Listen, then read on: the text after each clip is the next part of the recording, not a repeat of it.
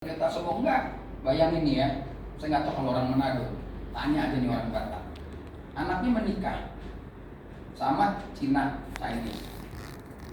Ada acara Batak, diundang semua, beres kan, betul kan? Terus resepsi nggak diundang, ribut saudara.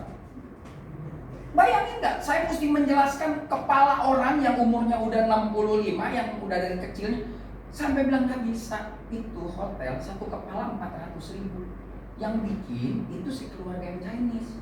Lo kan udah diundang acara Batak, makan lo bungkus lagi lapar. Ya tapi kan kita kan tante, mikir, nggak bisa lo, susah lo. Lu dateng ya, satu kepala 400. Gue diundang. Kenapa gue enggak? Ya gue nggak tahu, itu kan dia punya perhitungan. Gue sepupunya, lu tantenya. Gue datang dari Medan, kan udah diundang, udah dikasih makan deh semuanya. Susah saudara. Lu sorry nih, orang Batak, lu diundang sendiri. Lu bawalah pembantunya, lu bawalah anaknya. Lu 3 orang aja 1.200.000 lu. Lu belum bungkus lagi, lu mesti tahu diri gitu kan. Susah kan, bayangin nggak saudara? Untuk mengubah paradigma manusia seperti itu. Miskin enggak, berliannya banyak saudara. Tapi kalau soal serok jalan terus. Saya nggak ngerti itu di mana ya kan. Buat saya sih itu termasuk kutuk yang harus diselesaikan saudara ya. Jangan bilang tradisi, nggak ada. Kalau tradisi membuat malu itu udah harus dibuang ya. Saudara lihat, kita nggak perlu ragu. Waktu kita yakin Tuhan merencanakan, ya pasti dia menyertai. Saya ingat banget saya sekolah minggu lagunya, tinggal sertaku kawan yang kudus, telah hampir malam jangan jalan terus, dan pertolongan hanya padamu, silakan Tuhan tinggal sertaku. Tidur enak saudara ya. Bayangkan yang kedua. Yang ketiga, kalau dia sudah merencanakan sesuatu, walaupun kayaknya kita dilepas, dia tetap menyertai. Kita jatuh di sini, dia tetap kok dia nyertai.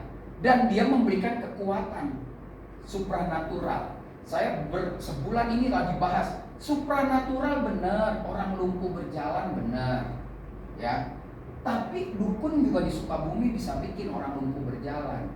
Saudara, Kristen ini udah harus berubah cara pikir tentang adikodrati, tentang kuasa Tuhan yang melampaui segala akal nih.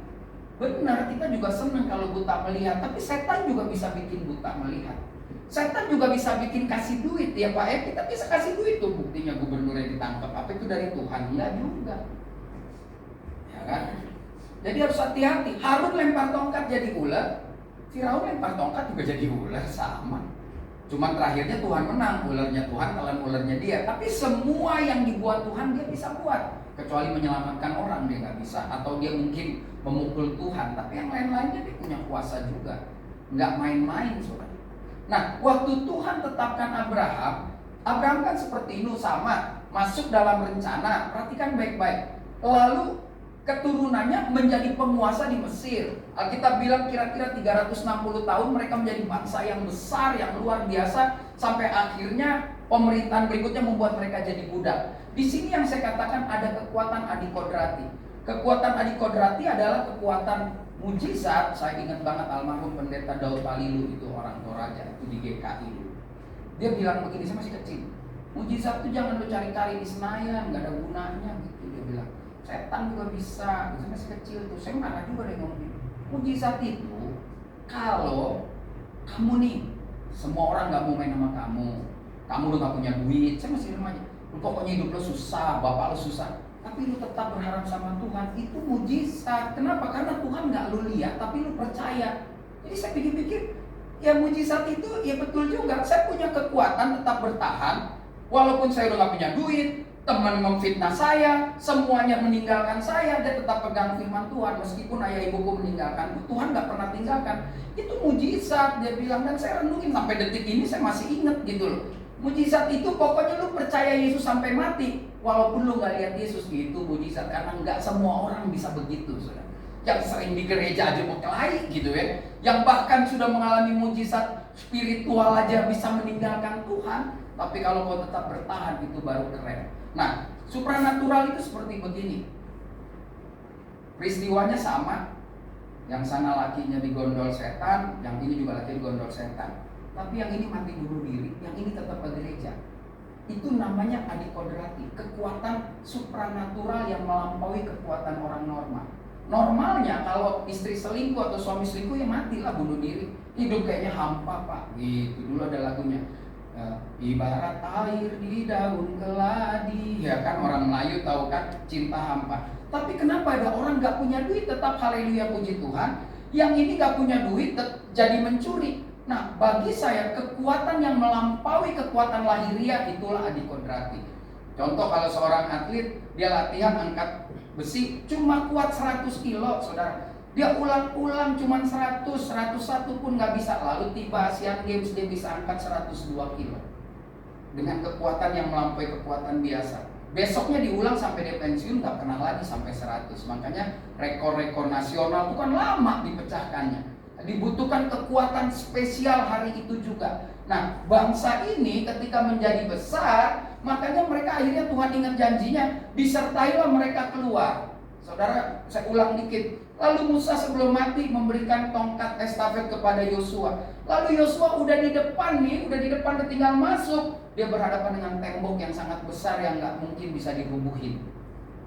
Kalau dulu perang kan, dia harus naik ke tembok, baru rame-rame turun, baru bacok-bacokan. Nah, waktu dia baru naik aja disiram sama minyak hitam ya, minyak mentah, terus lalu dipanah pakai api mati. Didorong nggak bisa. Lalu Yosua bilang, Tuhan ini bagaimana? Tolong dong. Dan Tuhan mengajarkan dia, lu nggak perlu lihat hasilnya, yang penting lu kerjakan aja apa yang gua mau. Apa kata Tuhan? Kata Yosua, lu puterin aja tuh kota sehari sekali selama 7 hari. Ya, jadi ini luar biasa saudara tindakan selanjutnya. Yuk kita baca 1, 2, 3. Karena iman maka runtuhlah tembok-tembok Yeriko setelah kota itu dikelilingi 7 hari lamanya. Nah ini nih ada gereja nih saudara yang nyontek-nyontek begini. Jadi lu kalau naksir anak dia, lu doa nggak tembus, lu belajar kayak orang Israel, puterin rumahnya setiap hari sekali. Ada bu, ada. Gila kan?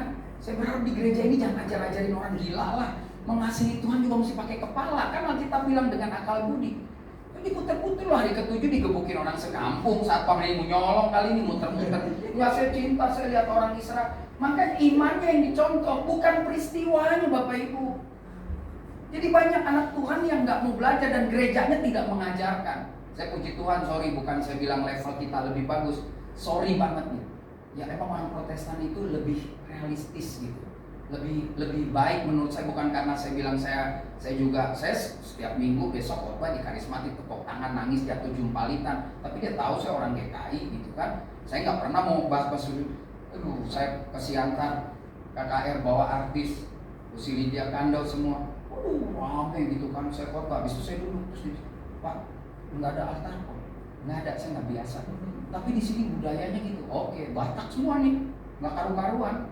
Di restoran apa tuh di Siantar yang gede di internasional. Terus saya doa, yang mau didoakan ayo. Tapi kan saya juga malas gitu-gitu.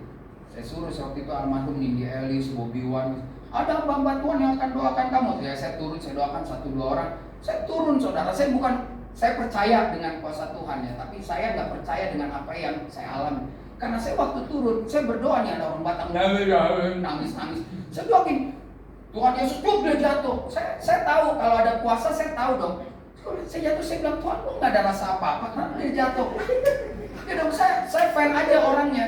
Ngapain dia jatuh ya? Tapi saya diamkan, saya bilang ini orang ini kebiasaan. Terus saya datang sini, jatuh tuh saya duduk. Saya bilang, ini lu doain, lu biar jam terbang, doain dulu orang Batak aja. Kan 2 malam. Besok lagi. Temanya lain. Terus harus begitu lagi. Yang maju itu lagi orangnya. Jadi buat saya itu kebiasaan dong. Seharusnya oke, lu mau. Saya masih berat lah untuk berpikir tentang jatuh-jatuh kayak begitu. Cuma saya pikir, oke, kalau lu udah maju kemarin udah ngalamin Tuhan, kenapa lu maju lagi hari ini? Apa masalah utang? Yang kemarin masalah laki, besok masalah anak. Tiap kebaktian lu maju terus. Wah, kacau balau gitu. Saya bukan nggak mau berdebat tentang itu karena saya bukan dari aliran begitu. Biar saudara tahu, biar saya khotbahnya di tempat yang begitu ya saya nggak mau begitu. Malah kadang-kadang nih saya suruh, kalau GSJA sih bagus ya, ada iman rasuli juga yang beberapa yang biar nyonya tepuk tangan mau doa berkat, Gembalanya suka mari kita menyebutkan iman rasuli, walaupun gereja-gereja itu punya pengakuan iman sendiri, tapi dia harus mengakui bahwa runutannya ini benar-benar Bapak gereja benar-benar bergumul dan ada Tuhan ya yang menolong. Nah lihat saudara, kenapa saya katakan kalau dia merencanakan, dia juga menyertai dan dia kasih kekuatan. Ini namanya supranatural. It's okay, rubuh ini, tapi saya nggak melihat ini rubuhnya karena ini buat saya upah dari mereka kerja percaya sama Tuhan suruh. Kekuatan mereka inilah yang hebat, muter sehari sekali dan terakhir 7 kali gitu. Jadi ada kekuatan yang luar biasa. Saya pernah bahas begini, maaf ya yang perempuan. Kalau laki ini kan enak, perempuan kan bulanannya ada serangan badai itu.